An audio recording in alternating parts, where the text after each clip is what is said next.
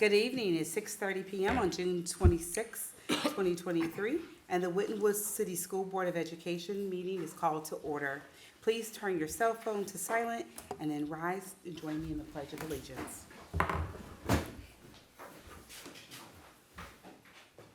pledge allegiance to the flag of the United States of America and to the republic for which it stands, one nation, under God, indivisible, with liberty and justice for all. Thank you. Next item on the agenda is roll call. Mr. Seymour, would you please call the roll? Mr. Smith, Mr. Birdie, Present. Ms. Bryant, Present. Dr. Johnson, Present. Mrs. Kuhn. Thank you. The next item on the agenda is item 2.01, District Honors, Recognitions, Gifts, and Introductions. No honors, gifts, or recognitions this month, Vice President Bryant. I was going to call you three different people, I'm sorry. That's okay. All right. That's okay. Thank you. The next item on the agenda is a recess. There's no need for recess. So we'll proceed to agenda item 4.01, public comments. Ms. Thomas, you have the floor. You have 3 minutes. Please go to the podium. Thank you.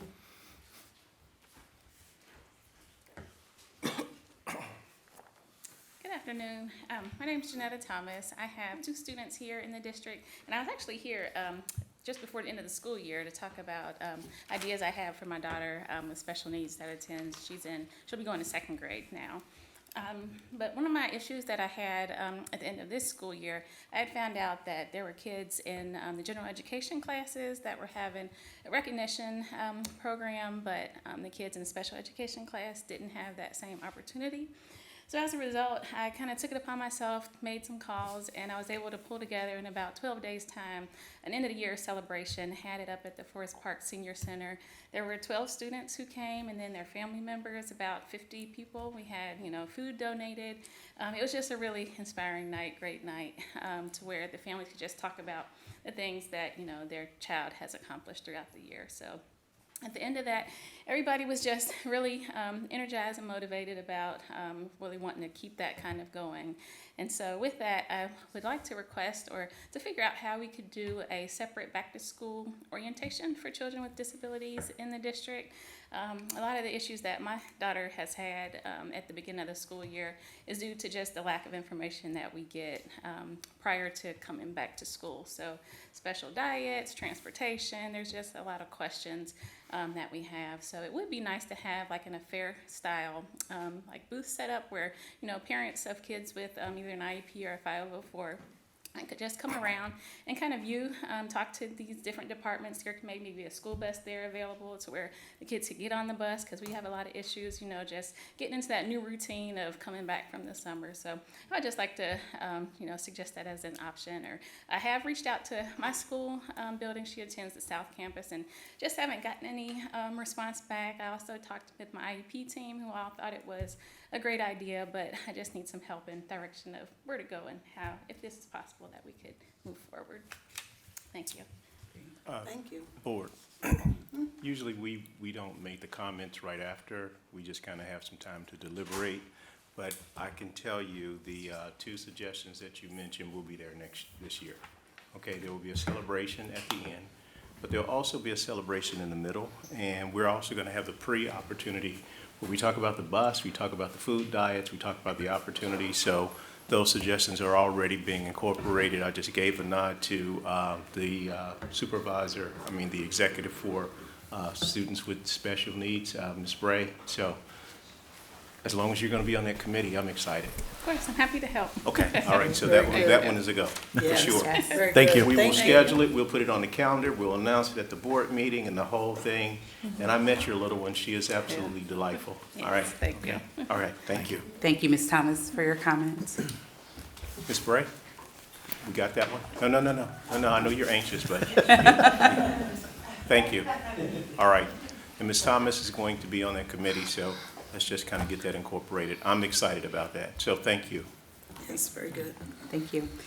The next item on the agenda is 5.01, Winton Woods Teacher Association, WWTA, Do we have a representative? Okay, moving right along. The next agenda item is 5.02, Ohio Association of Public School Employees OPSI representative. Oh, okay, moving on. Ms. Bryant, when we mentioned summer, they said, okay. I understand, Total. The next agenda item is 6.01, the approval of minutes from May 22nd, 2023 and June 11th, 2023. Board of Education meetings as presented. Board, unless you see necessary to make changes, I would like a motion to approve the minutes as presented. Madam President, I'd like to make a motion to approve the minutes as presented. I'll second. Great. It has been motioned and second. Are there any questions or discussions? Seeing none, Mr. Seymour, will you call the vote? Mr. Smith? Mr. Birdie? Aye. Ms. Bryant? I with an exception. I was not present for the May 22nd, so I to the June 11th, 2023 minutes. Dr. Johnson? Aye. The vote passes unanimously. Thank you. Next agenda item is 7.01, Treasurer's Report. Mr. Seymour, you have the floor. So you're abstaining from the 5:22 minutes, right? Correct. Thank you. Sorry. No, that's okay. The financial reports for the month ended of May, the total revenues year-to-date for the general fund were at $50.2 million. For the month, we received approximately $3.3 million, and that's because we got our state foundation and we also received our homestead and rollback from the state of Ohio. Our month-to-date expenditures were about $3.1 million, with the year-to-date expenditures of the general fund at $46.7 million, putting us currently approximately 5.3% under our budget for the year, or $2.9 million. On the page 5, you have a year-to-date financial activity for all the funds, and as of May 31st, there was approximately $25.7 million in all the fund unencumbered balances listed from page 4 of the report. That's basically a summary of the report that you had. Thank you, Mr. Seymour. With no objections being heard, let the financial statements for the month of May 2023 be submitted for audit.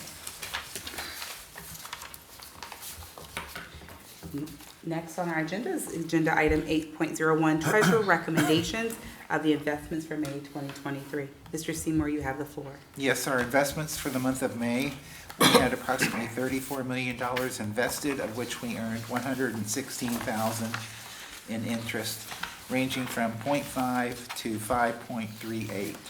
Our general fund received $93,400, and our building fund still remains earning funds at $23,216 for the month of May.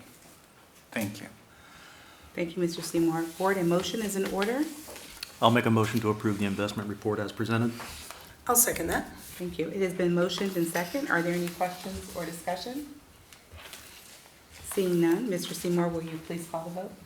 Mr. Smith? Aye. Mr. Birdie? Aye. Ms. Bryant? Aye. Dr. Johnson? Aye.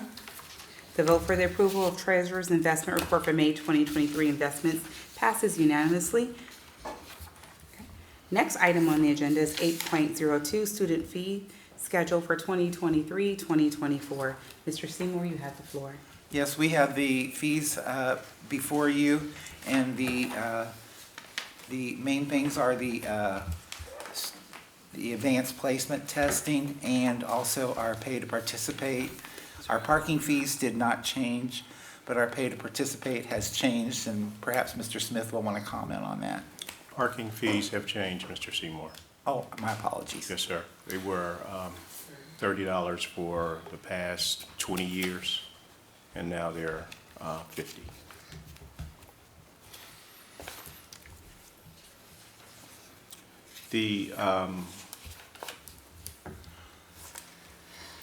The pay to participate, one of the things that we had our discussion in the work session, the fees are not going to be collected until the students actually make the team, because we are not trying to have people pay for workouts and strength and conditioning and those kinds of things. So once those names have been sent to the Ohio High School Athletic Association, then those are the students that will incur the fee. If parents want to pay in advance, anticipating that their child will make the team, we're going to discourage that because we're not going to be in a position to return money. If the students fall short based on grades, that's not a return. If the students fall short based on GPA, that's not a return. So it's going to be a very clear process. We'll actually have parent meetings to have a conversation about it, where parents can be on a fee schedule, and if they have questions about how this works, and if the parent makes a decision, I don't want my child to participate because of various situations, then there's usually not a return of the fee. Thank you, Mr. Smith. And Mr. Seymour. Board, a motion is in order. Madam Vice President, I'd like to make a motion to approve the student fees for 2023-2024 school year as presented. I'll second. Thank you. It's been motion and second. Are there any questions or discussion? Just do have a question. The school fees are $120 per activity. Is there a limit to how many activities, or is there a cap on how much? There Could you explain that? will be a cap, Dr. Johnson, simply because it has to be. Yeah. And the other part is, as it relates to families that are participating, we're going to run our report based on families through our EMIS reporter, and they'll determine if these are children who actually live in households. Granted, there are kids who are siblings, but they don't live in that particular household. So it will be based on that household. And so we do understand, but those things will be explained to the parents so they can understand it while we're doing it and how efficient we want to be with it. I do have a question about the student parking. You said it had been $30 for the last 20 years, and now it's going up to $50. How does that compare to our neighboring districts? Oh, neighboring district 120, 85, 90. Wow. Yeah. Ooh, okay. Now, please understand, further down Warrior Way, you can park there for free. But if you want your car to be monitored by the cameras and be closer to the school, that's the fee. So students Further down, do, you're saying, say, Central. going down by Central Jason Park. Drive. Yeah, Yes, right, ma'am. okay, yeah. Yeah, that level of convenience is there. But if students want to get a little more exercise and park further down, feel free to. Good to know. Any more questions or discussions? Seeing none, Mr. Seymour, will you please call for the vote? Mr. Smith? Aye. Mr. Birdie? Aye. Ms. Bryant? Aye. Dr. Johnson? Aye. The vote for treasurer's recommendations to approve students' fees for schedule for 2023-2024 passes unanimously. Vice President Bryant, I think Ms. Gordon just came in, and I don't know if she wants to make a comment. Yes, I was just going to go back to that and say, we are going to go back to agenda item 5.02. If you want to. Since you've taken the time to come during Wait the a minute, I summer. thought she had snacks. No snacks. You can go back to your seat. I thought I saw a bag. I'm sorry. That's my era. Always welcome. Good evening, Madam Board President, Superintendent Smith, community guests. On behalf of OC, we would like to say thank you for having us here tonight. We also would like to say thank you for allowing the district to provide the wellness exercises weekly, 3 times a week. We are really enjoying that. And I don't know if anyone else has extended the invitation, but we would love to have you there, sweating and working it out with us. I was just saying thank you. On behalf of OC and all the members, thank you. Great, thank you so Thank much. I'd like to apologize for being late. Sorry. No, you're good, thank you. And Vice President Bryant, I'd like to say, just by thinking about going to the activity, I've lost 10 pounds. So I haven't been yet. Just by thinking about going, I've lost 10 pounds. So, hey, it starts in the mind first, right, Mr. Denny? I don't think it works like that. I don't either. Thinking about exercise. Good for a try, long time. Superintendent. Thank you Now, so much. what are those dates again? Say those dates. Tuesday, Wednesday, Thursday. Tuesday, Wednesday, Thursday? You've really been thinking about this. What time? Yes, ma'am. Sir? What's the time? 3:30. 4 o'clock. p.m.? 4 o'clock. Four, Thank okay. Get dressed at 3:30, be ready to go at 4. Okay, Yeah. thank you. Okay, thank you. Very good. So do you, right? Absolutely. Thank you so much. The next item on our agenda is Agenda Item 8.03, Final Appropriations Resolution for Fiscal Year 2023. Mr. Seymour, you have the floor. Yes, this is the final appropriations resolution for the current fiscal year.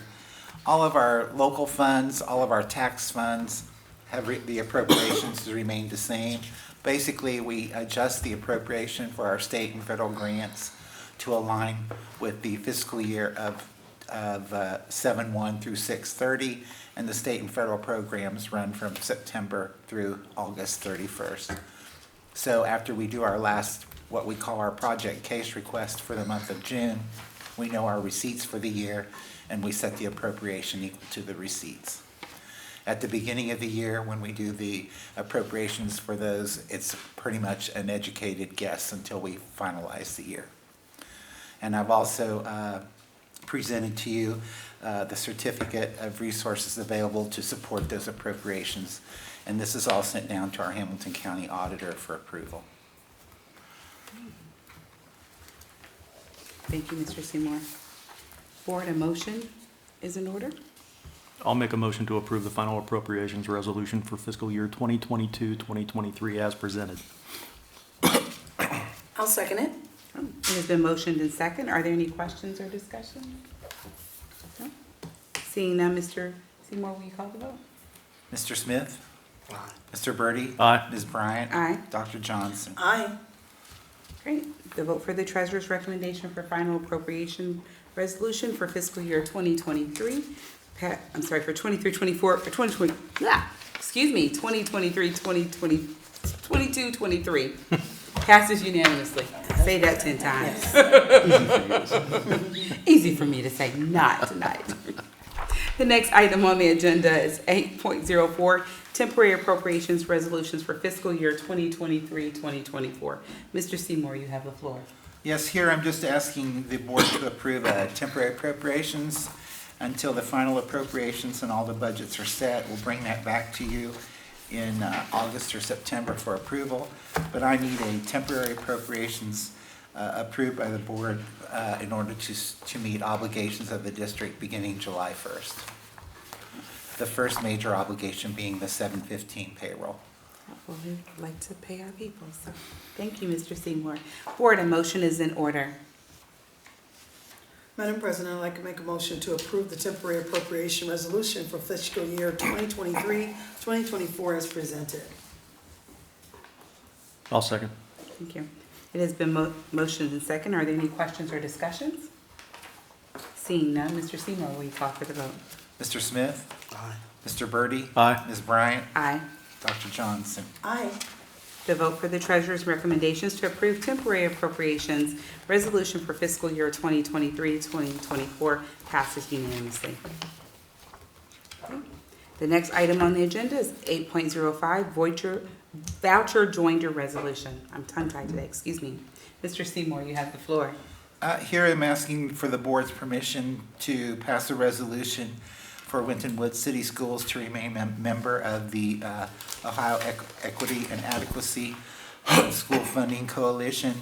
And this resolution also approves that we are also members of the statewide support in the lawsuit against vouchers for the state of Ohio, and that we support public education first before private education. And each year, Mr. Smith would like to rejoin at least one more year, so I need a resolution for this year and then the coming year by the board to give me permission and direct me to pay and join and become a member. If I could just add one thing, our membership will be less than the cost of one voucher. So it's only $2 per pupil. Thank you for that. The current voucher is $5,500 for K through 8, and 7,500, 9 through 12. And currently in the Senate, it's proposed to go to 6,165 and 8,407. And to put it in perspective, this past year, we got 5,100. So this resolution gives me permission to become members of that coalition. So when you guys see information in your email where it mentions vouchers Heard Ohio, that's what it's in reference to. Great. Thank you, Mr. Seymour. Mr. Smith, board, a motion is in order. Madam President, I'd like to make a motion to adopt the voucher joiner resolution as presented. The resolution authorizes Winton City School District to be a member of the Ohio Coalition for Equity and Adequacy, say that, of the School Funding Coalition. The annual dues are $2 per pupil. I'll second. It has been motioned and second. Are there any questions or discussions? One other thing, I know the piece that Mr. Seymour just mentioned, the voucher supplement would actually be more than what the regular public school student is allocated for. That was gonna be my question. So, Mr. Seymour, you mentioned that I think on average got $5,100, but, That's Winton Woods. Winton We're Woods, different all okay. across the Yes. state. But okay. For the voucher, they want to make it 6,100? that's what's currently being proposed. 61, 65. 61 and 84 is being proposed currently in the Senate. It's currently 55 and 7,500, depending upon grade level. And for the public, if you guys have any questions, please reach out to the district. It is important for us to make sure that we are able to fund public school education. We're taking public dollars to fund private education or for students at vouchers, and that takes away from your local school district. So if we are able to keep our public money that comes from the state of Ohio, it helps us not have to go to taxpayers for additional dollars. So thank you so much, Mr. Seymour and Mr. Smith, for looking out for the interests of the school district. Mr. Seymour, please call for the vote. Mr. Smith? Mr. Birdie? Aye. Ms. Bryant? Aye. Dr. Johnson? Aye. The vote for treasurer's recommendation to adopt the voucher joiner resolution passes unanimously. Okay. The next item on the agenda, where I'm at, sorry about that, is 9.01 school reports. Superintendent Smith, you have the floor. Yes, Vice President Bryant, I'm going to have Tanya Bray come up to actually move into 9.02. Of course, school is out now, but we're going to move on with the reports. Individuals with Disabilities Act, Idea B, Idea Part B, budget presentation, and public input. Great, thank you. Good evening, Board. Superintendent Smith. Annually, we make this presentation available to the public. This is something that we do every year. So this is our Individuals with Disabilities Education Act budget presentation for 2023-2024 school year. So some of the items that I'm going to go through is the fiscal year 2023 budget, the current fiscal year 2024 budget that's coming, and then also any public participation or comments at the end. So for this fiscal year, the federal IDA initial allocations for this fiscal year 2024 is $1,080,242.59. Last school year, fiscal year 2023, was $995,815.29. The IDEA allocations from fiscal year 2010 to 2023, these are the allocations from, again, fiscal year 2010, starting at $902,243, all the way to this current past school year of $995,815.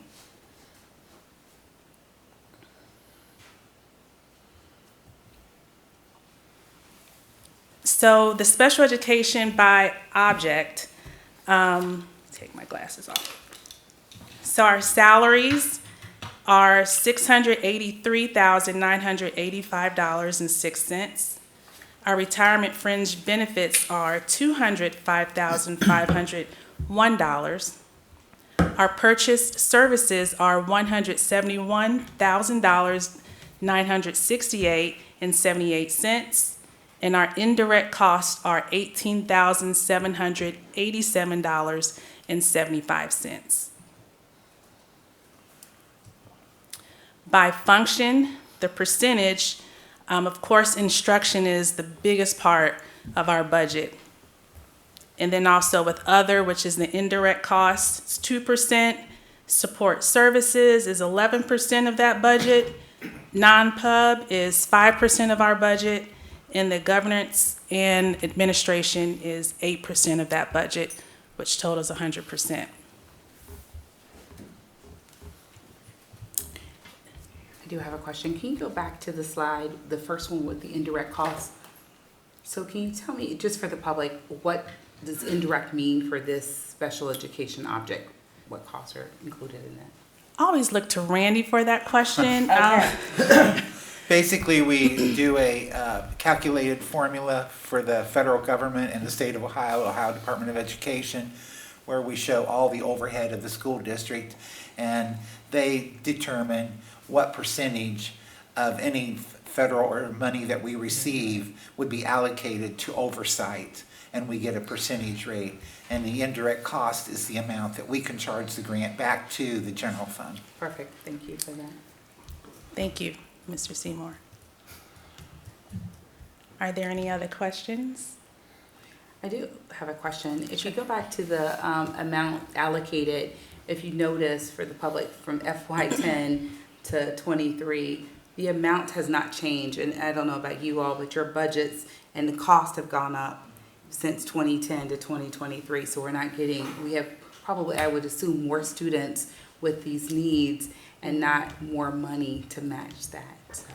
That's true. We try to be fiscally responsible, but we have a lot of students with high needs. And like you said, it kind of remains the same from fiscal year 2010 to last year, fiscal year 23. It's about less than $100,000 difference. And we have more students currently that attend our school and more students who are also identified. So you're right. And we're serving those students without, Adrian? Yes. Thank you. So they do it per capita of each student gets so much money that's allocated for them? And it depends on the disability also. Yeah.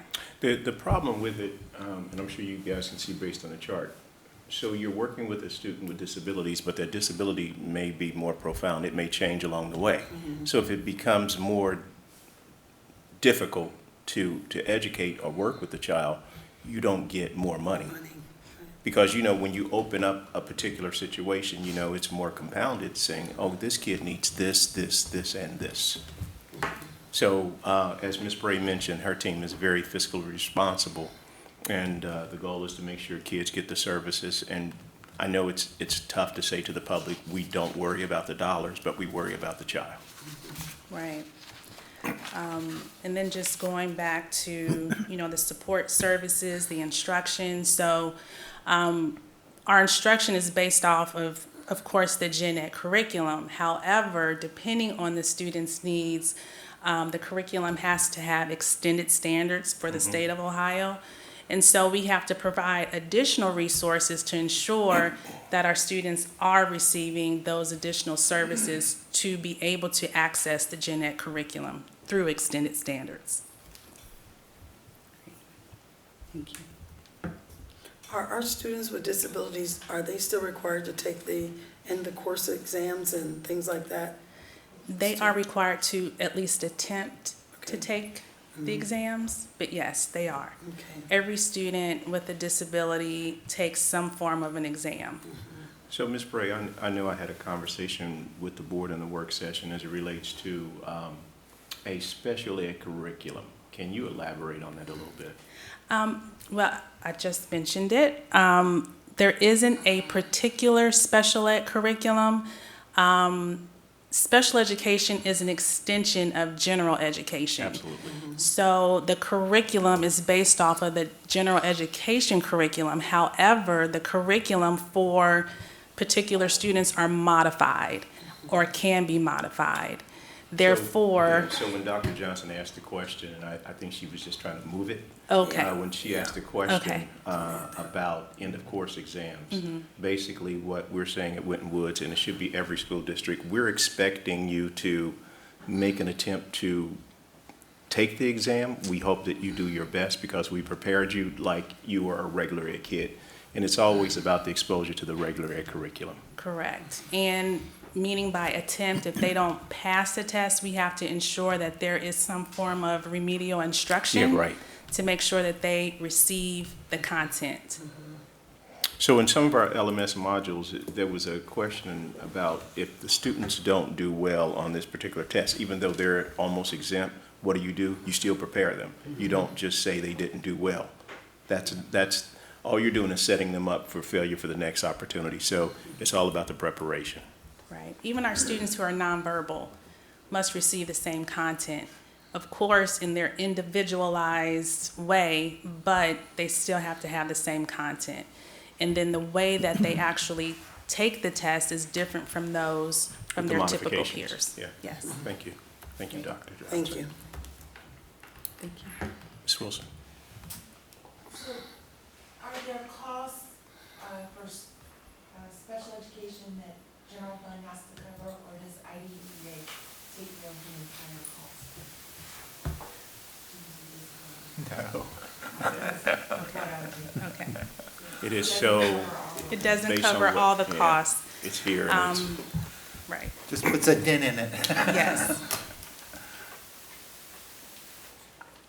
Okay. Are there any other questions? Thank you. Good job, thank you. Thank you. Thank you. Vice President Bryant, before we go on to the standards governing types of food, my agenda may be a little different, but there should be something where Mr. Sanker is presenting information as it relates to funding and how this funding is utilized. You guys see that on your agenda? Capital improvements, Capital first reads. improvement, first read, board No. policy. It is there. I see the superintendent's report, but your presentation is not there, and that the presentation is too important not to be there. So can we, Amend the agenda. yes, ma'am, thank you. If I could just comment, the general fund budget for this year for special ed was 12.4 million. Yeah, And we got, what, we not got- even a million? We got one. general fund. Mr. Sanker? Thank you. So for the record, we are going to amend the superintendent's report and add, we'll make this agenda item 9.07. And we'll just go out of order. Yeah, but, yeah. Yeah. Thank you. You'll see these two actually follow each other. Perfect. Thank you. Good evening, Board. Superintendent Smith. I am here to speak to you about our federal programs and give you an update on our budget. All of these monies that we'll be talking about are effective for our fiscal year 2024, which begins July 1st. My agenda this evening, I will give you an overview of federal programs. We'll review the categorical programs, and then we'll have an opportunity for public comment. First off, as a new assurance for our CCIP, or our Comprehensive Continuous Improvement Plan, which governs our federal funds, we have to have the Board of Education review and approve the budget. So hopefully I can answer all your questions this evening. Our federal funds are allotted to us through our District Comprehensive Continuous Improvement Plan, which also takes into account our one plan, or our improvement plan, for our students. There are 8 categorical programs that I will outline for you this evening. Our first program, as a total of all of our 8 categorical programs, we will receive, and this is an estimate because sometimes the numbers change, $3,186,447.64. A portion of that money goes to what we call equitable services, which supports students in Winton Woods that attend non-public schools that would qualify for free and reduced lunch programs.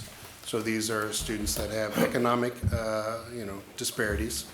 And we will send of that portion that we have, $128,983.98 to those non-public schools for services to those resident students. And please take into account, all of the surrounding public schools will have an allocation, a dollar amount in there. So I don't want the public to get the idea that it's $128,000. That's all the non-pubs get. They get a portion from every school district. And this is actually 10.05 on the agenda. It's on there? That was the 10. Okay, we moved out. Yeah, okay. Yes, you're correct. Thank you for that. Not So- on mine. Thanks, good call, good catch. Yeah. Okay. Yes. So as you can see from this pie chart, the two biggest funds that fund our programs are our Title I programs and our IDEA-B, which Ms. Bray just spoke of. The Title I program provides assistance for our schools to engage in improvement efforts for the sake of the instruction of our students. The goals associated with this from our improvement plan are goal number 1 around instruction and goal number 3 around behavioral supports. A typical expenditure for this money is paying teachers full-time salary equivalent. As an example, we have 13 teachers that get paid through Title I monies. And as you can see, our allocation is $1,433,544. We have a program called Title I Non-Competitive, and these are activities tied to 3 of our school buildings that have improvement plans: our intermediate school, our middle school, and our high school.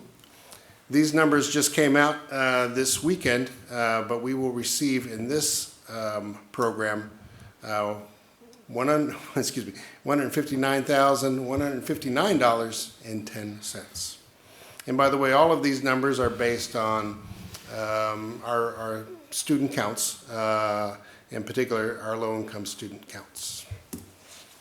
Title II is titled Supporting Effective Instruction, and these funds essentially provide professional development for our staff to improve their craft in teaching, or we can use some of these monies to reduce our class size. So the improvement goal that is associated with this pot of money is our goal number 4 around literacy. Typical expenditures are for professional development for our teachers, as well as we pay for 2 teachers, first and second grade, to reduce the class size of our students. The amounts we receive for this are a little north of $200,000. Title III involves language instruction for English language learners. This covers kind of all supplemental materials, training, activities for our English language learners. As you know, we have roughly 600 some odd English language learners in our school district. So this money is dedicated to resources for those students. For our Title III for this school year, or this coming fiscal year, is $132,720.02. Title IV supports students in academic enrichment. There's basically 3 buckets for Title IV. Well-rounded education, providing students extra opportunities to have a full access to a very well-rounded curriculum. Safety and climate, so issues around culture and safety, as well as technology. Our improvement plans that focus on this are number 2, around graduation rates, and number 3, behavioral supports. The typical expenditure for this would be supplemental resources and programs, We pay for a mentoring program for high school and middle school students. We pay for some College Credit Plus programming, some career planning. So this is a very widely used program, and we are just under $100,000 for our allotment for this coming fiscal year. Ms. Bray covered IDEA-B. I will not speak on that, but as she indicates, it's a little over $1 million of our total. We have another set of money. It's IDEA-B. It's for early childhood, and that is for our pre-K students that might qualify for special ed services if indeed they were enrolled, as kindergartners or first graders. So the total for that, the federal funds for that, are $16,428. Expanding opportunities for each child is similar to Title IV, but it really touches on some areas that explore, especially for our high school students, some advanced coursework, career pathways, personalized learning, credit recovery, and academic acceleration services. Goals associated with this are goal number 1 around instruction and goal number 2 around graduation.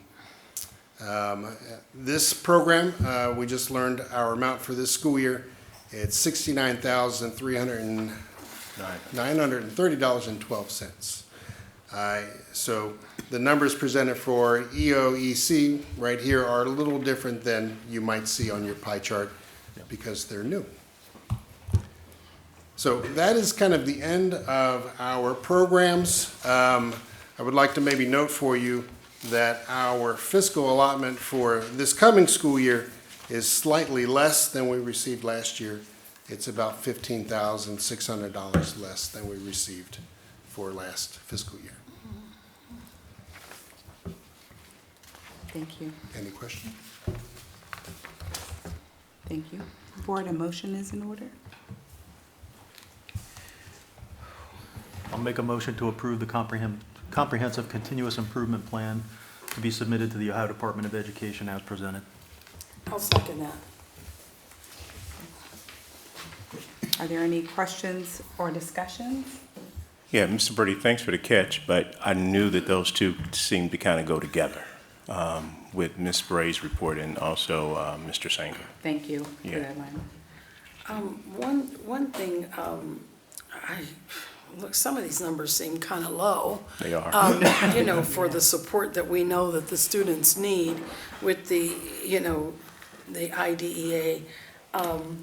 So, I don't know, I don't want to get everybody confused, but like we're always talking about like the Patterson, there's all these other things that are out there. Is any of that play into this money or not really, or?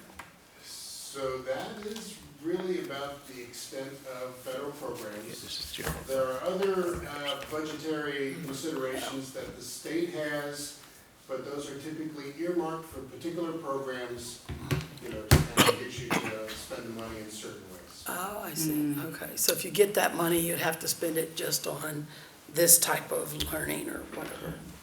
So remember when the GPA for athletes changed to a 2.5? And people were concerned about the numbers because of students potentially not being able to make that number. Well, one of the things that we've always heard about is study table. And study table was usually coaches teaching the content. No.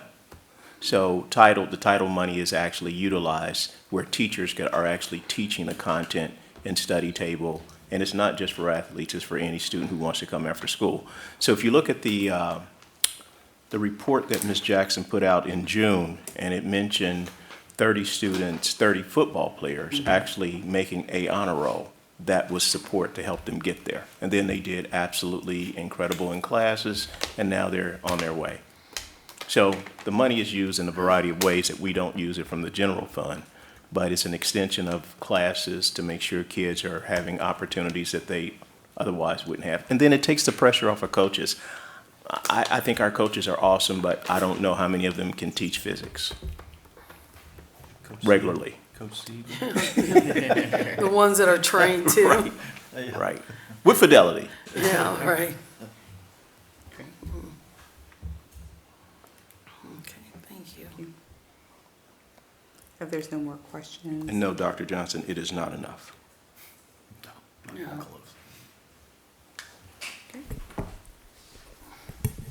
Thank you very much. All right, so let me go back. Since We had a motion. Did we Yes. vote? No, this Nope. was just for, just a presentation. Oh. It has it it has has it a as an vote. action. It has Yeah, it as an it's an action. action item for that we need to voting. vote on. Okay. It's been motioned and second, so Mr. Seymour, can you call for the vote? Sure.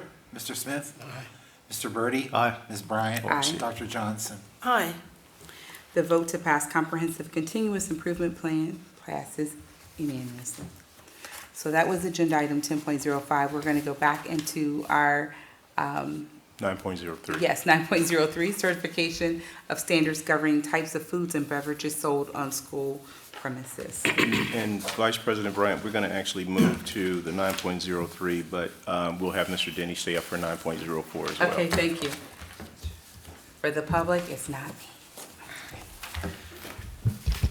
Good evening, Board. Good evening. Thank you, Mr. Smith. So, Board, you should have before you, this is an annual requirement, but you should have before you certification of standards governing types of food and beverages that are permitted to be sold on school premises. This is just a look back at this year and a certification that our school district was diligent in complying with this law that's about health and nutrition for students. It is required by Ohio Revised Code 3313.814, and it's also consistent and compliant with two Winton Woods Board of Education policies concerning nutrition, 8500 and 8510. So I'm pleased to be able to report that the nutrition department and principals have verified that we've complied with all the requirements that passed back in 2014 under Senate Bill 210. That also includes vending machines on school premises.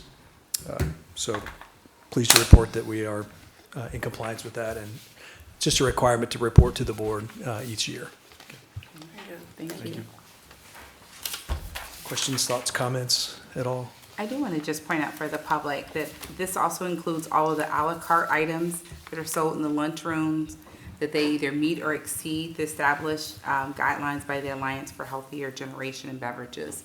So I think that's important when you talk about childhood obesity and Absolutely. nutrition deficits, that the food that we serve is meeting those standards set forth by the Ohio Department of Health.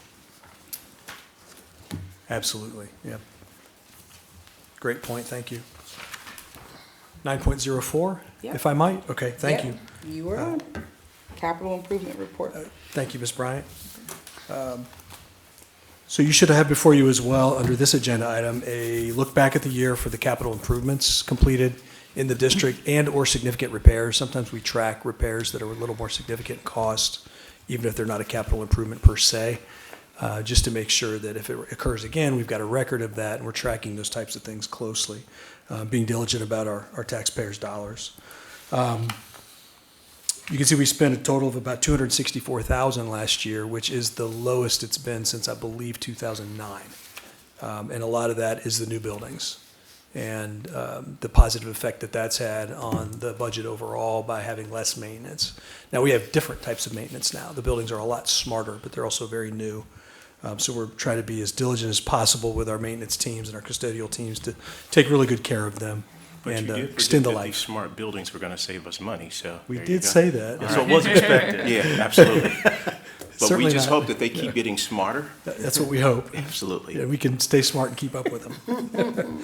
A nice just feature that could be shared with the report's data is about a third of the cost in the report did not come from general fund. It came from other sources. In this case, all three were from the food service department funds. But we try to leverage those types of dollars when possible to add value to the district. So, Mr. Denny, the Yes, sir. 180,000, so it will really be 180,000, right? When Yes, sir. you reduce it based on what comes from food service? Yes, sir. All right, so that's really the number. But, and I noticed that you say the 32% comes from another source other than general fund, which is really great to be able to put these into play. Yes, sir. Good job. Thank you. Thank you. Yeah, appreciate that. Thank you. Thank you very much. Thank you. Thank you, Mr. Virginia. Would you tell the board how many times we've dissected this list? I believe the count is 6 this year. And the future list for the next year. We do a Absolutely. lot of work on that collaboratively together too, so, yeah. Takes a lot to make it go, but I appreciate the support, so, Thank you. thank you. We appreciate your work. Yes, thank you, Mr. Dillon. The next item on the agenda is 9.05, first read revised board policies. Superintendent Smith, you have the floor. Yes, Madam Vice President. The first one, and again, to people watching Waycross, the reason that I read these numbers and give the definitive of what these means is so that people can, track these policies as the board works through to vote on them for the next month. So policy 5310, student health screening. Policy 5610, removal, suspension, expulsion, and permanent exclusion of students. Policy 6325, procurement, federal grants. Policy 8390, animals on district property. Policy 8400, school safety. And finally, Policy 8420, emergency situations at school. So board, you're going to review these particular policies and be prepared to vote on them in July. Thank you. Thank you, Superintendent Smith. The next item on the agenda is 9.06, facilities update. Superintendent Smith, you have the floor. You're up, Mr. Denny. And I want you to look down at the Vice President, and I want you to watch your expression when you mention switchgear. That's all I want. Switch gears. Thank you, Mr. Smith. I'll be sure to I mention. just gave you a lob. This is a volleyball spike. Yes. I shouldn't mess this one up. Thank you again, Mr. Smith, and good evening again, Board. It's my pleasure to be able to provide a quick update on the facilities master plan for the district. And progress at this time is almost entirely at the former intermediate school, the Future Early Childhood Center, located at 825 Waycross. And to date, we are approximately 76% billed for phase 1. So we're about 3/4 of the way done with the work. The substantial completion date is December 11th for phase 1. Phase 2 just went out for bid last month and came back. So we'll be hoping to bring something to the board at the next board meeting for your consideration and approval on the bid results and awarding that contract for phase 2, which is exciting. Sort of hopefully seeing the home stretch ahead of us now. But we do see progress on, phase 1 was building envelope and HVAC essentially. So we've seen a lot of progress on windows and window frames. All of them are completed, and there were over, I think, 80 of them.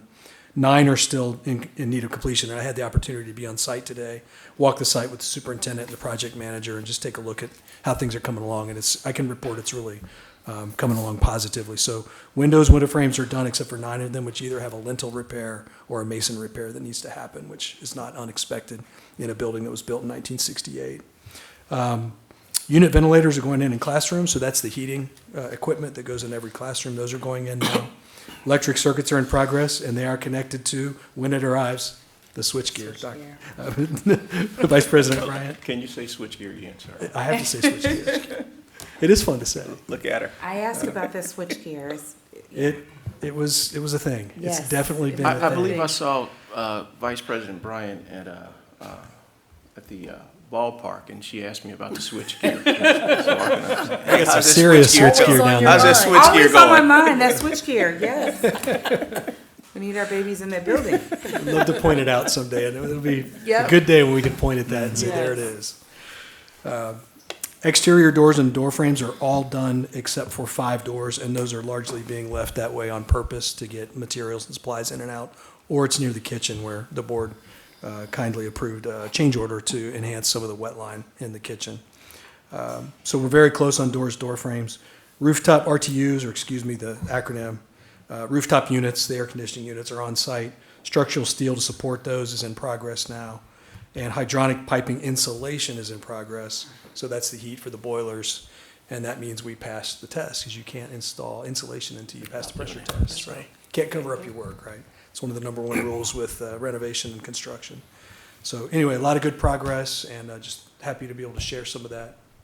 That concludes that report. The new windows inside, it just gives it a whole different set of light, Before which tonight. means I can see every flaw in that building now. Because it's like, Whether you want to or not. whoa, let me not go down this hallway, but I think it looks really exciting. It's Yeah. turning out really nice, Yeah. yeah. And the R values on the insulation on the new windows and storefront systems are infinitely better than what Yeah, we I used to believe I have. sent you an email because I'm a little concerned about the large panes, so if there's gonna be something so a Yes. kid won't walk through, Yep. that would be Yep. absolutely wonderful. Especially in the secure Yes, areas. sir. Yeah. Okay. Yep, So, yep. Mr. Denny, It's all just tempered glass too. Yes, ma'am. for the public, so December 11th, we're fingers crossed that that will be the completion of the project. Phase one. Phase Phase one. Phase two is, I believe, June, I didn't bring this with me, I apologize. I might have to restate this That's later, but I okay. believe June. it's June 12th of Okay. 24. 12 or Okay. 16, something like that. Yes, Yeah. that sounds right, Mr. Yeah. Smith. June. June. Yeah, that's what I Yeah, like. so that we can move, End of Yeah. June. end of June, let's go with that. Yeah. And we'll need to, of course, move the early childhood staff and belongings out of the current location at 73 Junefield and over to the new site. So that's part of the plan as well. I know, collectively hold our breath. More to yeah. come on that, right? Yeah, that'll be a Yes. good day for everybody wait. involved, and especially the kids. When seeing the kids walk in their new building, the first day of school was one of the amazing memories, for the new campuses, and I'm sure it'll be true for the little guys too when they walk in. Totally So, excited. Yeah, it's exciting. Yeah. So, thank you. Thank you. Okay, next agenda item is 10.01 personnel schedules. Superintendent Smith, you have the Ms. floor. Wilson.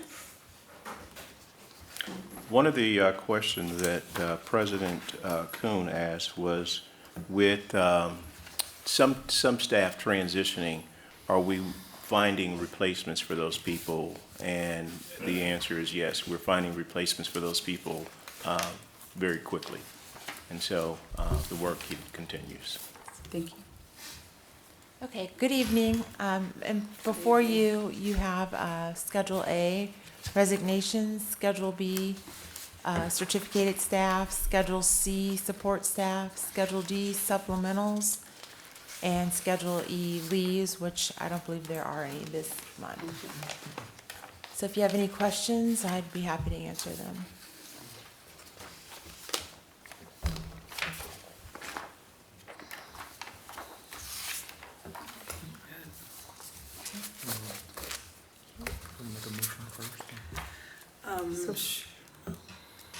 Board, a motion is in order? Okay, Madam President, I'd like to make a motion to approve the personnel schedules as presented. I'll second. Okay, there's been motion and second. Are there any questions or discussion?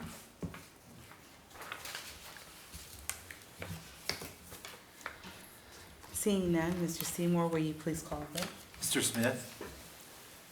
Mr. Birdie? Aye. Ms. Bryant? Aye. Dr. Johnson? Aye. The vote to pass personal schedules A, B, C, D, and E passes unanimously. Thank you. Ms. Wilson, I'd like to thank you for having some of those interviews at 9 o'clock at night, getting people in. I appreciate it. So, yeah, thank you. Yeah. The next item on the agenda is 10.02, exempt employee salary schedule. Superintendent Yes. Smith? The recommendations to approve the exempt salary schedule effective July 1st, 2023. Board, a motion is in order. I'll make a motion to approve the exempt employee salary schedule effective July 1st, 2023 as presented. I'll second that. It has been motioned and second. Are there any questions or discussions? Seeing none, Mr. Seymour, will you call the vote? Mr. Smith? Aye. Mr. Birdie? Aye. Ms. Bryant? Aye. Dr. Johnson? Aye. That vote to pass exempt employee salary schedule unanimously, so the vote passes unanimously. Thank you, Board. The next item on the agenda is 10.03. The recommendation, Vice President Bryan and Board, is to approve the step placement for exempt employees on salary schedule for exempt employees effective July 1st as presented. Board, a motion is in order. Madam President, I'd like to approve the step placement for exempt employees on salary schedule for exempt employees effective July the 1st, 2023, as presented. I'll second. It has been motioned and second. Are there any questions or discussions? Seeing none, Mr. Seymour, will you call the vote? Mr. Smith? Mr. Birdie? Aye. Ms. Bryant? Aye. Dr. Johnson? Aye.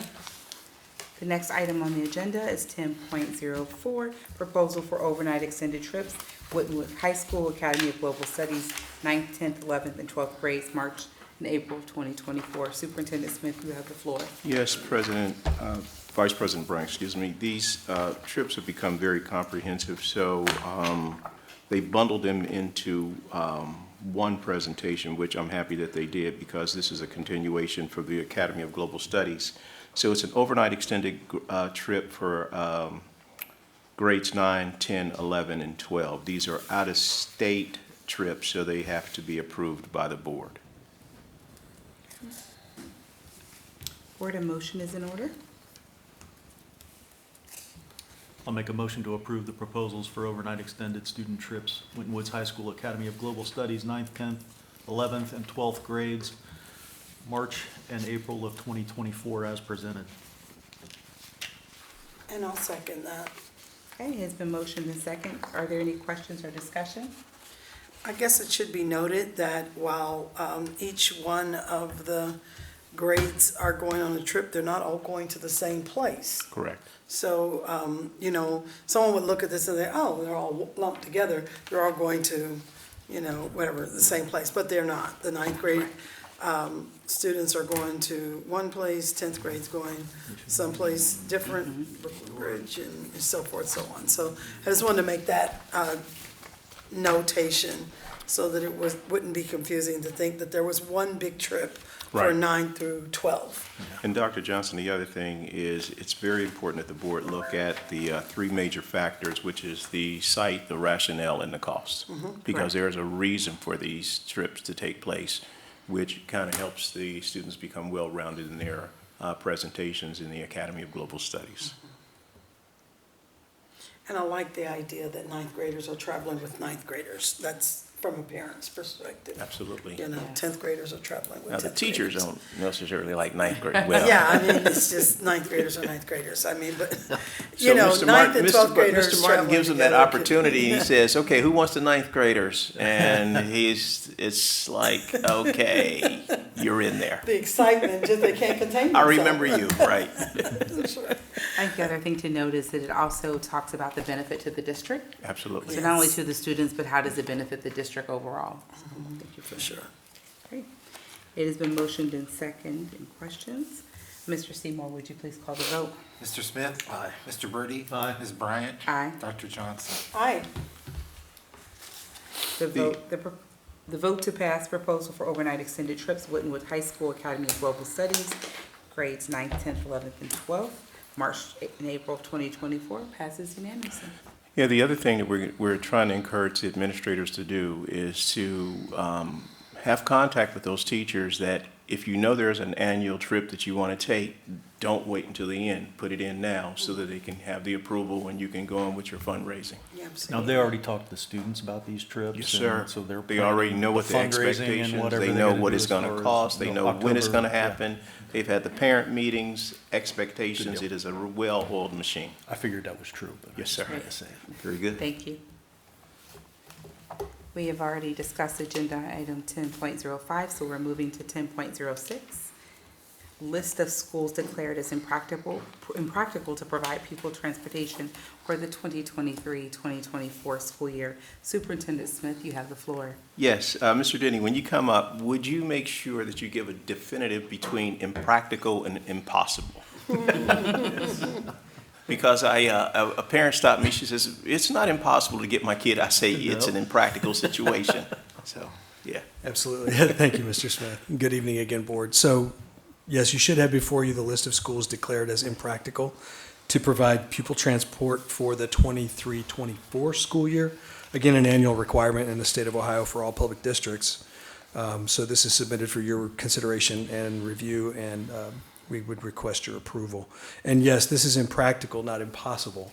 In fact, all of these are within the 30-minute drive radius, the window of time with which the state requires districts to take on the obligation or responsibility of transporting those students.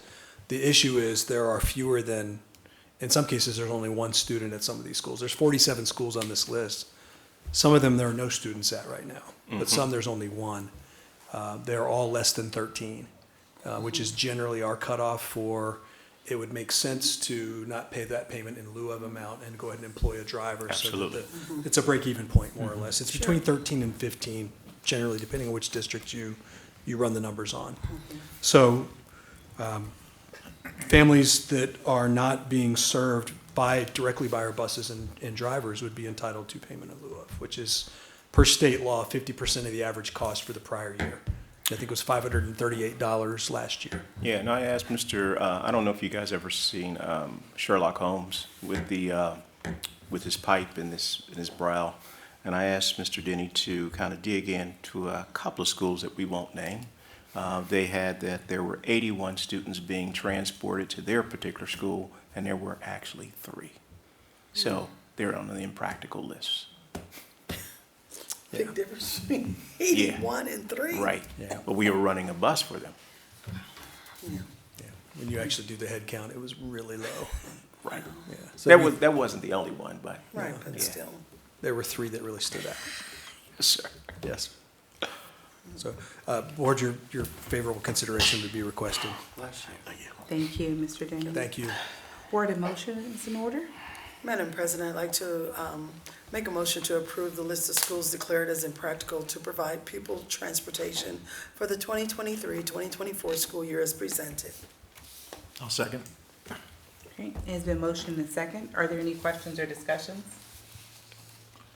I appreciate you giving us that kind of roundabout number, Yeah. 13 to 15. I mean, you can see, because the cost of gas, the cost of wear and tear on the bus, and the whole thing is just, doesn't make sense to do that, so, thank And I you. appreciate the list as well. I think one of the things for the public to understand, it doesn't mean that we will not provide assistance for the cost of transportation. It's just that our buses will not be taking the students. We want to make sure that the students that are in our district and who are going to our schools can get to and from on time, and it frees up a bus Absolutely. Or to do 4. so. Well said. Or buses, Yeah. multiple buses. So thank you for that. Yeah. Thank you. Mr. Seymour, will you call for the vote? Mr. Smith? Mr. Birdie? Aye. Ms. Bryant? Aye. Dr. Johnson? Aye. The vote to pass the list of schools declared as impractical to provide pupil transportation for the 2023-2024 school year passes unanimously. Okay. The next agenda item is 10.07, replacement, rescind, and revise board policies. Superintendent Smith, you have the floor. Yes, Madam Vice President. The replacement policy 8120 is operations. The rescinding policy is 3120.09 professional staff. The rescind policy classified staff 4129.09. Revised policy 5512 students tobacco use prevention. Policy 7430 tobacco use prevention on property. Policy 9160 relations public attendance at school events. Policy 2271 college credit plus program. And remind me, Dr. Johnson, to come back to 2271. There's something very important regarding that policy that I'd like to explain to the board. And then, of course, policy 5460.01. And I'd like to elaborate on those 2 policies once the board makes its recommendation. Great. Thank you, Superintendent Smith. Board, a motion is in order? Madam President, I'd like to make a motion to approve the replacement, rescind, and revise board policies as presented. I'll second. It has been motioned and second. Are there any questions or discussion? I think he was going to give us some information about the College Credit Correct. Plus, which was part of. Yeah, the College Credit Plus program, and there's some conversations, Dr. Johnson, is going to be coming through a legislative Yeah, I report see very that. soon, Yeah. where if the young man is participating in College Credit Plus, they must enlist in the armed forces. Yeah. They must put their name in. It's a real interesting, because they're saying these are federal dollars, you're serving the federal government, but there's not an issue for female students at this point. Yeah, so When you So- say enlist, you mean just they have to register? Yeah, just Select register. the Yes, sir, service. not enlist, I'm sorry. Yeah. register for selected Yeah, they have to services. register, but female students do not. And then the other one, 5460.01, physical education waiver. The one thing that we're doing is we're really dissecting the process where students that have participated in show choir, band, any of the physical activities coming from middle school to ninth grade, we're going to give those students some additional academic support, and we're going to say we're going to remove you from phys ed and give you the opportunity to get the waiver, not so you can walk away and have some free time, but so you can take a rigorous course. We'll look at your transcript, we'll look at your agenda, we'll look at your all your processes and say, you need more of math, so we're going to put you in a double bill of something, so that later on you're not struggling academically, because you'll meet the requirements. You'll take care of the waiver. You take care of the waiver in 2 years by having the same consecutive opportunity. Marching band. There's so many opportunities here that students could really take advantage of. And so that's going to be one of our target areas, to make sure that students are put in the right classes and forego the opportunity to take a phys ed course where your one practice is more rigorous than the phys ed course. So. Great. Thank you for the explanation. Also, I guess I would like to add about the phys ed, when we voted for that, it was only those students who were in the band and in those various support sort of activities. They couldn't get the course. They couldn't get the course anyway, so they were, it was almost like you have to go to summer gym. Yeah, right, And my right. kids kind of fell into that. Because that schedule was really too big. It's too tight. I know that board member Brandon Smith was in the band, and I don't know, do you remember having a full schedule where you had to do the phys ed course, or what did you do? Yeah, I did summer gym. Summer gym. Freshman, sophomore year. It was kind of freshman, sophomore year was usually 50 to 75% band members. Yes, sir. Yeah, yeah. Just to get the courses. And just think about it, you could have been taking that physics course instead of getting that waiver. Or whatever course, whatever. I think I did take physics. I don't know. Yeah, I mean, it's really there for that opportunity for that kid. And trying to extend that day is big. So if we can take care of both of those at the same time and give the kid the course with fidelity, I think that makes sense. Absolutely. Some districts are not at the waiver point yet, but I'm glad we're here. Yes. So it has been motioned and second. Mr. Seymour, will you call for the vote? Mr. Smith? Aye. Mr. Birdie? Aye. Ms. Bryant? Aye. Dr. Johnson? Aye.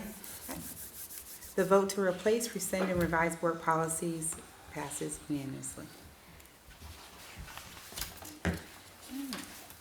Next item on the agenda is 10.08, Miranda Homes Agreement to purchase 1501 Kingsbury Drive and 924 Ellsworth Drive. Superintendent Smith, you have the floor. Yes, Board Vice President, the recommendation is to approve the Miranda Homes Agreement to purchase 1501 Kingsbury Drive and 924 Ellsworth Drive as presented. Board, a motion is in order. I'll make a motion to approve the Miranda Homes Agreement to purchase 1501 Kingsbury Drive and 924 Ellsworth Drive as presented. And I'll second that. It has been motioned and second. Are there any questions or discussions? I do have a question. So just to clarify, or just for the public, can you tell us, Superintendent Smith, for general knowledge, the amount of land they will be purchasing The amount of land, for Miranda Homes? well, it's 40.65 acres of real property Okay. located in Forest Park. And it's identified as the partial, do you need the partial number? No. Okay. No. Kingsbury Drive, and then the Ellsworth Drive is 869 acres. Great. So 28 acres at 1501 Kingsbury, and then the 11 40, acres? 40 acres, 40 acres, okay. yeah. 40 acres and 11. I think it does differently on our, So if you look into the witness section where the first where is, it tells you the exact. okay, property, okay, thank you. Yes, ma'am. Thank you, thank you, thank you. And if this is approved, what happens next for the public? Well, once it's, the board has already signed off on it, then we start with when the effective date, the closing, the deposit, business day, all the things that are in your memorandum. Great. Thank you. Mr. Seymour, will you call for the vote? Mr. Smith? Aye. Mr. Birdie? Aye. Ms. Bryant? Aye. Dr. Johnson? Aye. The vote to approve the Miranda Homes Agreement to purchase 1501 Kingsbury Drive and 924 Hellsworth Drive passes unanimously. There was a lot of conversation with the city, and I do know that the board had some very vested interests of that they wanted single-family homes to be on that property, and in order to keep the value of the other property, and to make sure that we did it with fidelity to restore the single-family home opportunity for residents of Forest Park. Appreciate that. Thank you. Okay. Next item on the agenda is 11.01, Legislative Report. Dr. Johnson, you have the floor. Yes, Madam Vice President. I did send out the legislative report to all the board members. Pretty much the same thing that was on last month's report are still standing topics. It's just kind of being discussed right now in the House, in the Legislative House. So there's no new information. The only new information was the one thing that Mr. Smith said about the CCP. And they're also looking at the other thing that someone suggested about the College Credit Plus or the CCP is to start looking at income base and start charging people. But that was the point of it is, so there's always things like that. But it's the same, they're the same topics that are still out there that we talked about.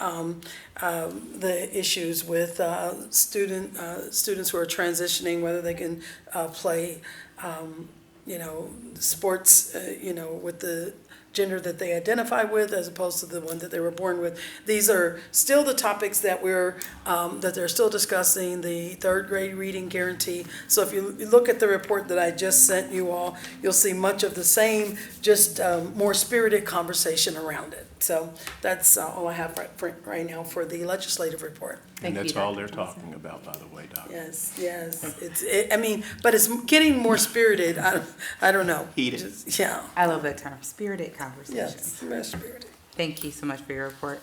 The next item on the agenda is 11.02, Great Oaks Career Technical Center Report. Mr. Birdie, you have the floor. And I sent out my report to all the board members this morning with some of the normal documents. We had one student who is being recognized, Kyla Stanford, for passing the OPOTA private security exam, which is actually the Ohio Peace Officer Training Academy. Pretty tough exam. So that's a nice accomplishment for Kyla. Outside of that, the board just went through some CFO and CEO strategy presentations. And then I apologize for missing the meeting last month, but I was at the Scarlet Oaks senior ceremony at the same time we were having the meeting. So Yes. since most of our students go to Scarlet Oaks, I wanted to be able to attend that. So. Yes, very good. Thank you, Mr. Birdie, for your update. The next item on the agenda is 12.01, Board Motions, Change of Date for July meeting and change of location for Board of Education meetings. Board, can I have a motion as in order? Yes, Madam Vice President, I'd like to make a motion to approve a change in the date for the regular meeting on July the 24th, 2020, should be 2023. 3, yes. To July 31st, 2023, to approve the change in the location from Winton Woods South Campus, Lake Room 1106, 147 Farragut Road, Cincinnati, Ohio, to Winton Woods North Campus, Room 1656, 1231 West Kemper Road, Cincinnati, Ohio, for the following regular board meetings: July the 31st, August the 28th, September the 25th, October the 23rd, November the 20th, and December the 11th, essentially the remainder of our regular board meetings. In January. And in January, we will be changing back to this location. Great. I'll second. We made the motion? Okay, great. That was the motion, second. It has been motioned and second. Are there any questions or discussions? Seeing none, Mr. Seymour, will you call for the vote? Mr. Smith? Aye. Mr. Birdie? Aye. Ms. Bryant? Aye. Dr. Johnson? Aye. The vote to pass change of date for July meeting and change of location for Board of Education meeting has passed unanimously. The next item on the agenda is 13.01, comments. Mr. Seymour, No, thank you. Superintendent Smith. Yes, Madam Vice President. Students in grades 9 through 12 will receive a letter from the superintendent's office, and it will entail that the student may be in jeopardy of not graduating with his peers because of the number of hours missed in school.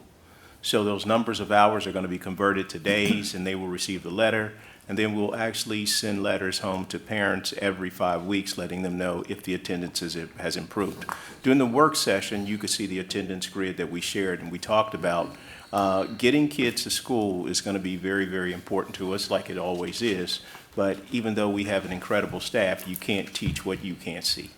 And so we're going to send these letters home to parents, encouraging them not just getting your kid to school, but getting your kid to school on time. Great, thank you. Dr. Johnson, No comment. Mr. Birdie. Really, I don't have anything. I hope everybody has a great summer. Great. Mr. Smith. No comment. Ditto. All right. I guess that leaves me. Well, thank you all for your attendance and being here. Hope all of the students are having a safe summer and that you're reading and studying and getting ready for the academic year that will be coming sooner rather than later. They're loving you for that comment just now. I know, right? They're loving you for it, getting ready. Like, it's my summer break. No, education stays. Great. Just read a book. Yes. There you go. There So is no- this is a time where kids become very depressed going into the stores and all the items are moved and the clothes are coming and they're like, why are they doing this right now? The new book bags are out. There is no need to go into executive session, so the next item on the agenda is adjournment. Seeing no one has anything else, I call this meeting to a close. I would like to thank Waycross Media for your service in videotaping tonight's meeting. This meeting is now adjourned. Stay safe. Vice President Bryant, you did a great job, like you've been doing this for a long time. So that practice in front of your mirror at home paid off.